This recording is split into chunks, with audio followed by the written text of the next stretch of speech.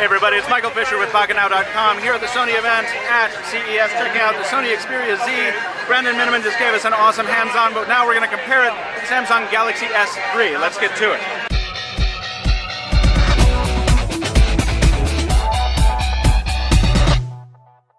So just from a spec perspective, over here on the new Xperia, we're looking at a 5-inch HD display at 1080p versus a 4.8-inch Super AMOLED at 720p. Now, in person here, you can see that a lot of these devices have screen protectors on them, so we can't really give you meaningful impressions on black levels or colored, but this is a very, very sharp display over here, as you might expect.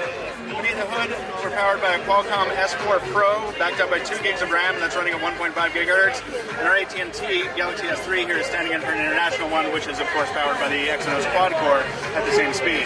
For the camera, 13-megapixel camera with Exmor RS and HDR videos. Now, Sony is really calling that out as a definitive feature. Galaxy S3 packs an 8-megapixel camera, which has none of that. No HDR video. Really excellent camera on the S3, but being edged out spec-wise, we'll have to see how they perform. On the front, a 2-megapixel front-facing camera on the new Xperia with 1080p capture versus a 1.9-megapixel camera, almost the same, but 720p on the Galaxy S3. Powering all that, a 2400 milliamp hour battery with something called Stamina. Sony has software customizations that not only allow you to save power by shutting down the data connection, but also lets you keep on certain elements like your corporate email, say, or your Instagram, or whatever you want to run data. The Galaxy S3 has power-saving features, but they are not as specific at this first glance. As far as the physical build goes, we're looking at a less than a millimeter difference in thickness with 7.9 millimeters on the new Exynos versus 8.6 millimeters on the Galaxy S3. Sony is calling this precision engineered. You can see here we've got straight lines and right angles with tempered glass on the front and back versus the Galaxy S3's familiar plastic finish that we have found to be a little bit light for our tastes, or some of us have at least.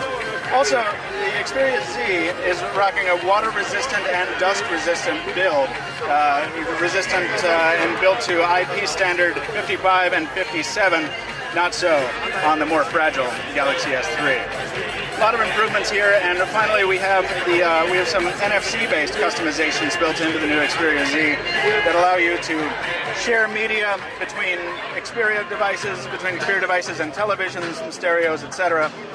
And on Samsung, of course, we have a lot of NFC-based features as well. So we'll call that one a draw until we can learn a little bit more about it. And just to give you a little idea of an app launch comparison here, because some folks are into that, and we know that. 1, 2, 3 on Google Maps. And not going to get a fix inside here, and we might be running off a cached version of Google Maps there. So